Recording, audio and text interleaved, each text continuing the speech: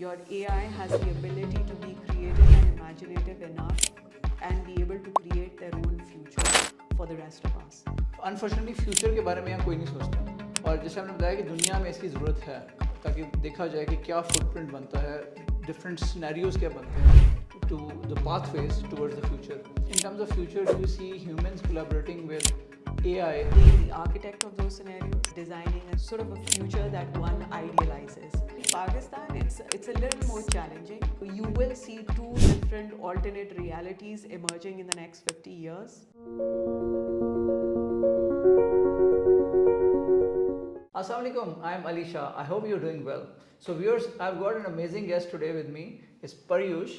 She is CEO and founder of Agahi, and she's doing incredible work in the space of futures.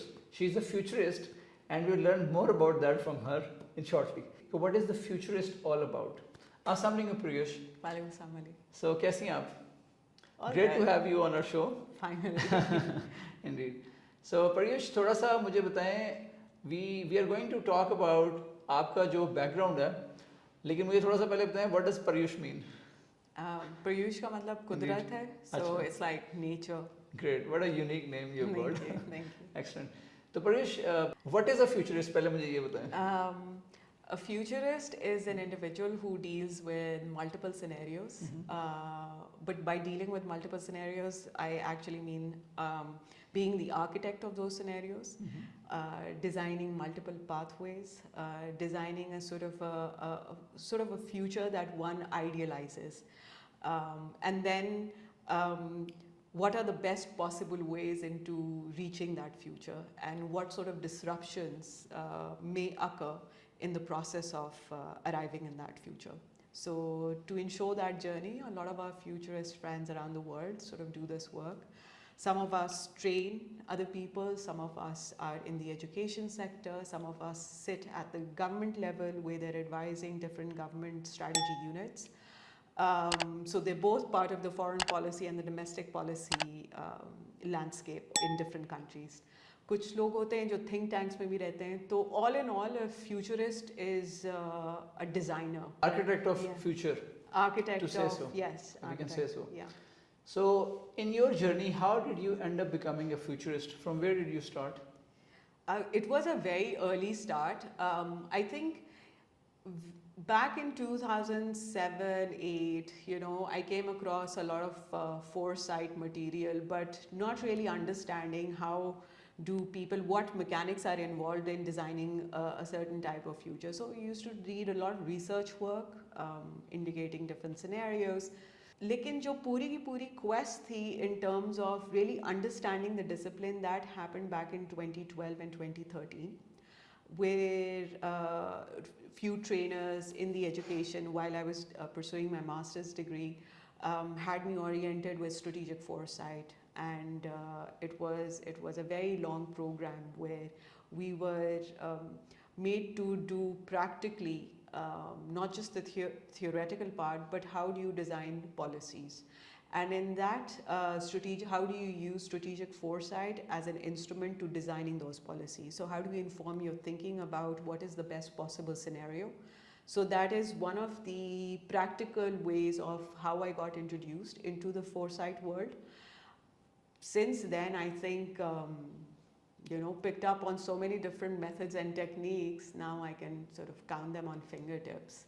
And there are so many different ways of looking into the future.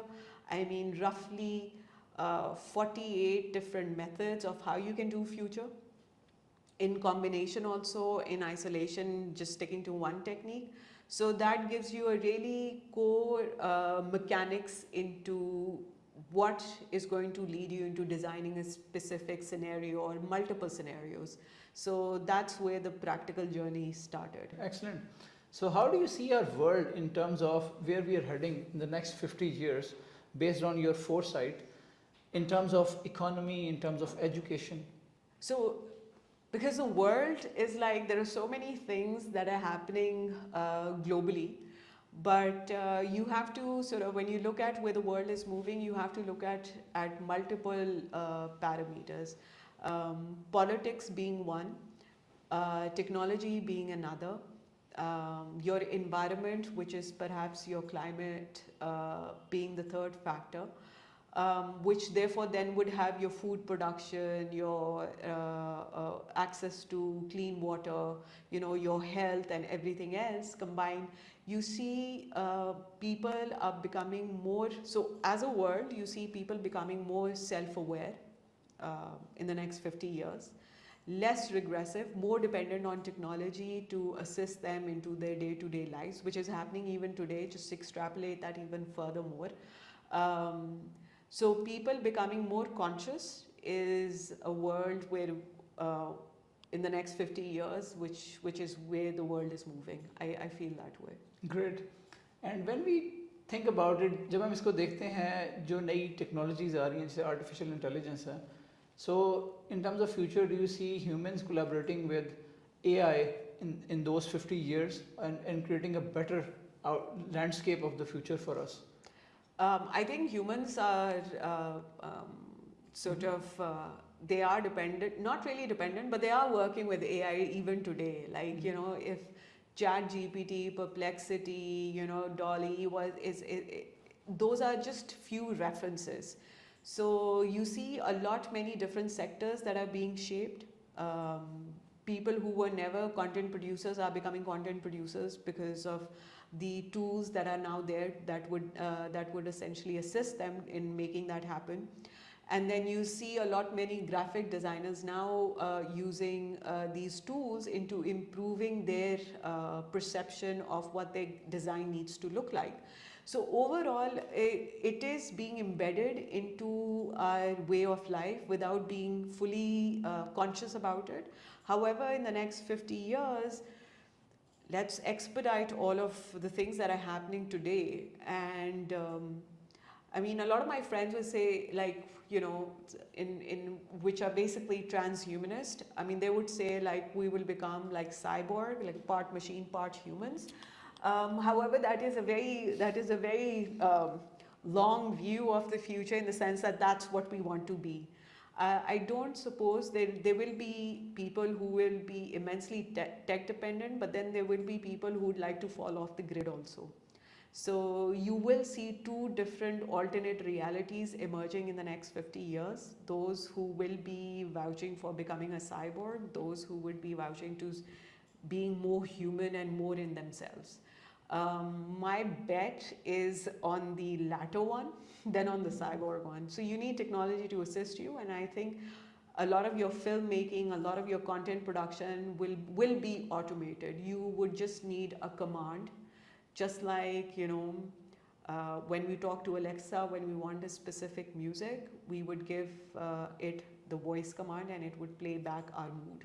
So I mean, it is going to be more command dependent. So the better you are self-aware, the much refiner your commands are going to be. And the more focused you are about what kind of future you want to create, that's how technology is going to sort of emulate your own or mimic your own personalities that way. That's fascinating.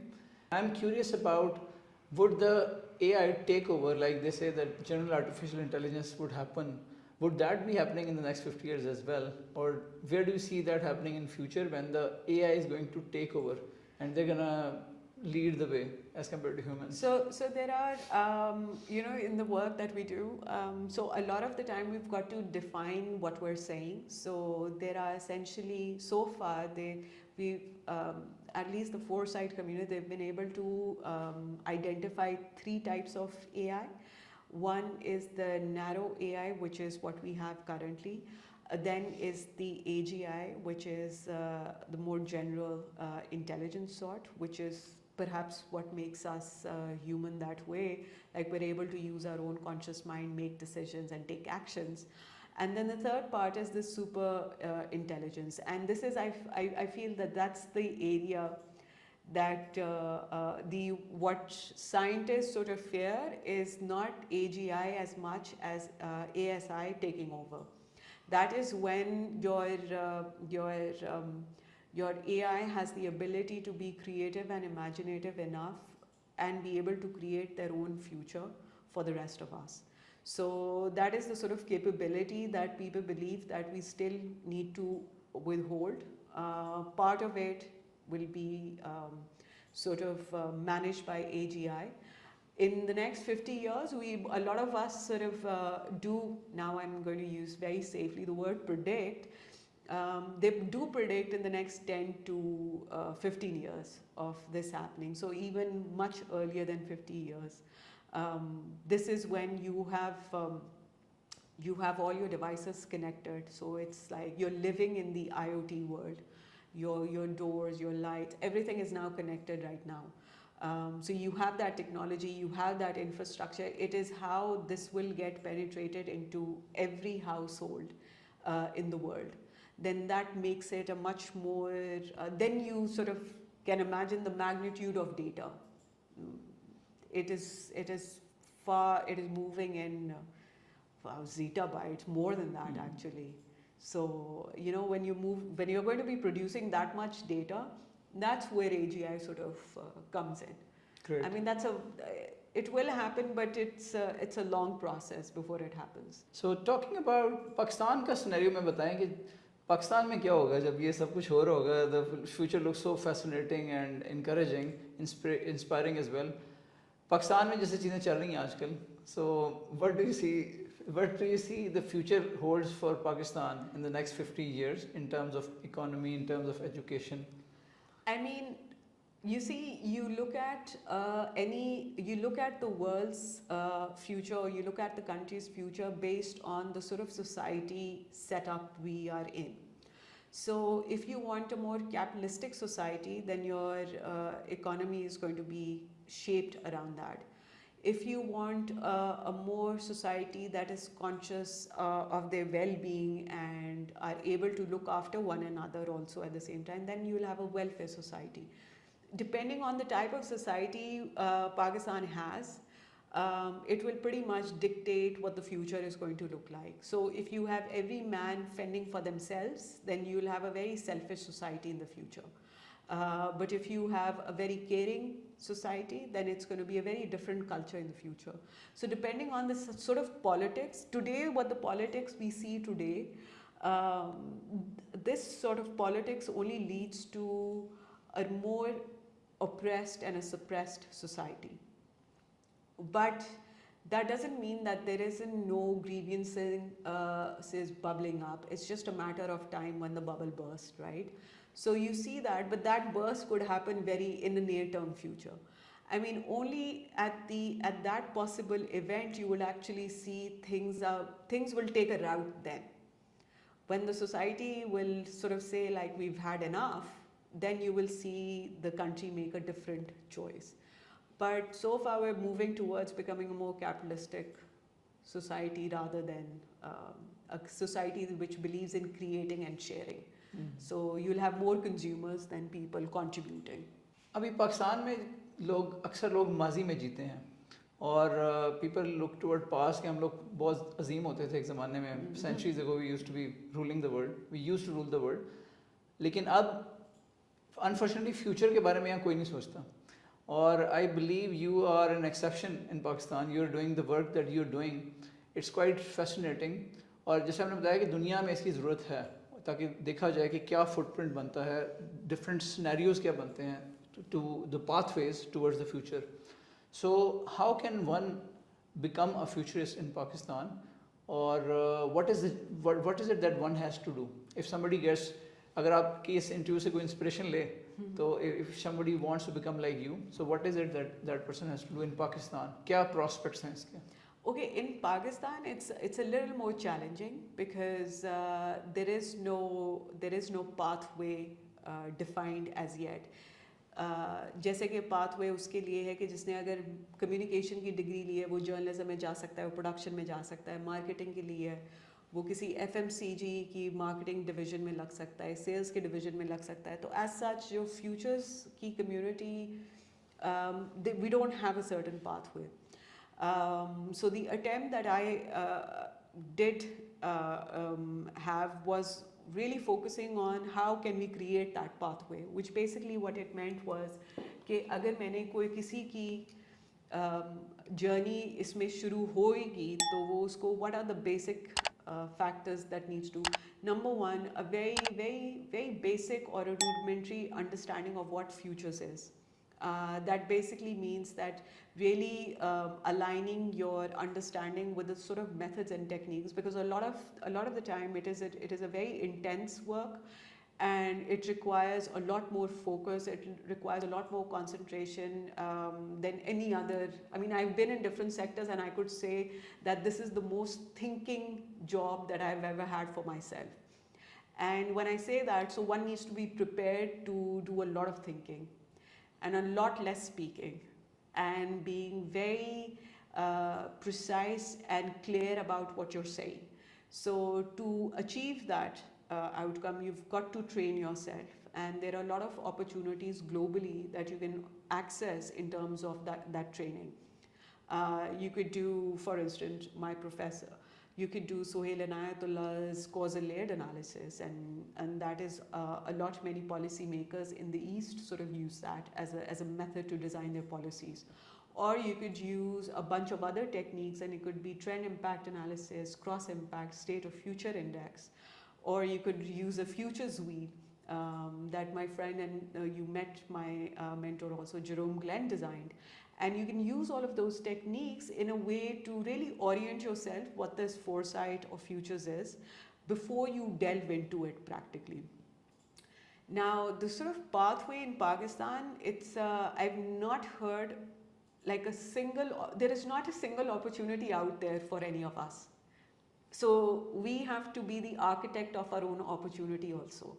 So it basically requires a lot more effort, a lot more energy. So anyone who's coming in, do not come in with a preconceived notion कि इधर आपने अगर degree किया या इधर आपने training ली है उधर नौकरी इंतज़ार करी है या उधर अपॉर्चुनिटी पड़ी है. It doesn't work that way. It's a very slow-paced, gradual. I mean, you're talking about policies, you're talking about how advanced economies do this. And doing something like this in Pakistan, it's still a very long way to go. So I don't have one accurate answer for this. All I can say is that you can end up in think tanks, you can end up in research companies. Very rare that at a government level you would be able to do anything of that sort.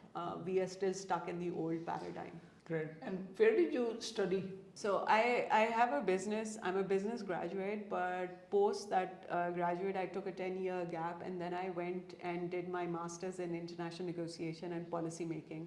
I mean, I think during that degree was the first time I got introduced to strategic foresight that I was telling you earlier about.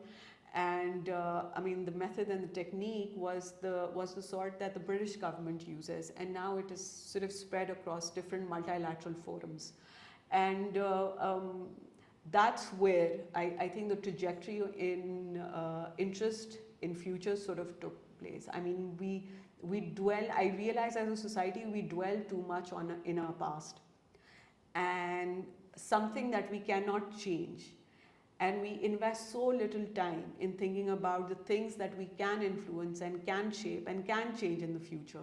So as also a citizen, I thought that this would become a very good instrument for people to start looking in. Even I worked with historians for that matter, and really getting historians to look at it in a dimension of how do we look at history from a point where we can project a future. So getting Pakistani historians on the same bandwagon was quite a challenge, but I was quite blessed, quite lucky that we were able to galvanize that sort of a movement.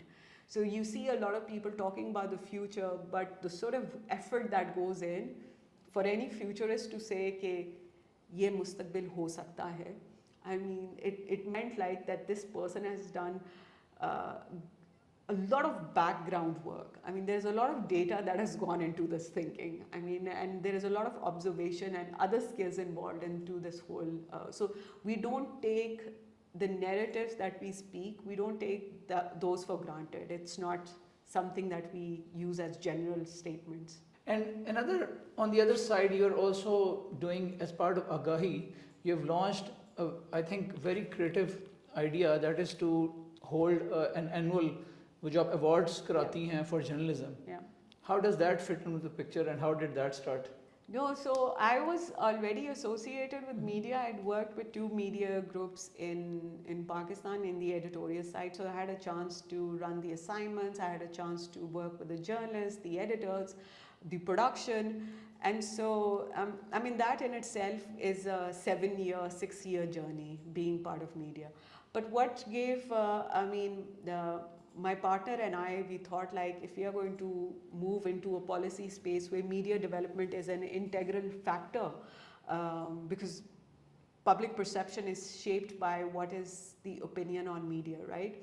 So if we were to move, the initial reason for really moving into designing these awards was that back in 2010 and 11, a lot of narrative was around extremism and terrorism.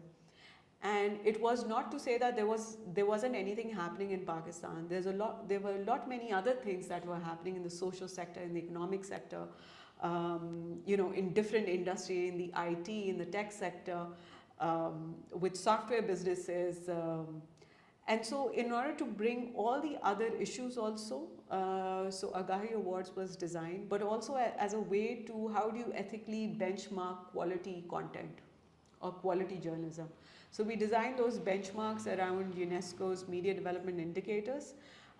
We did that in collaboration with Center for Internet and Media Ethics, and we sort of what our focus was that we need to celebrate the quality of content in different sectors, which is being produced by journalists. So that has been a journey to you can shape public opinion by providing them quality journalism beyond what is the policy focus maybe on terrorism and extremism, countering those things.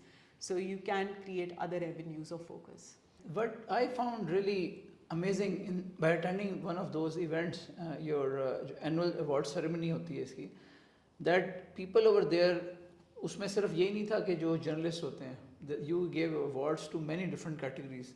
And they used to come there with their families, और उनके चेहरे पे जो smile होती थी, and when one of their names get announced, it feels like being a hero or a heroine, और उनकी जो family होती है, they celebrate. So it's amazing that how you started that, और जो unsung heroes हैं उनको आपने बिल्कुल limelight में लाके दिखाया. That was quite amazing for me. That's quite an achievement. So Puruesh, in addition to that, you're also teaching. You've been involved in teaching at I think NUST University. So you're teaching strategic communication. How do you see? What do you think our youth के बारे में क्या बात की जा सकती है? सवाल मैंने अब बनाना है माइंड में. So basically, strategic communication आप जब पढ़ा रही हैं, do you think the youth is ready for the challenges currently being faced by Pakistan? How do you find them? जो हमारी generation Z है, how are they? Are they being trained by the universities for the challenges of Pakistan today? No, I don't think any of the universities are training their students or educating but it's more industry dependent.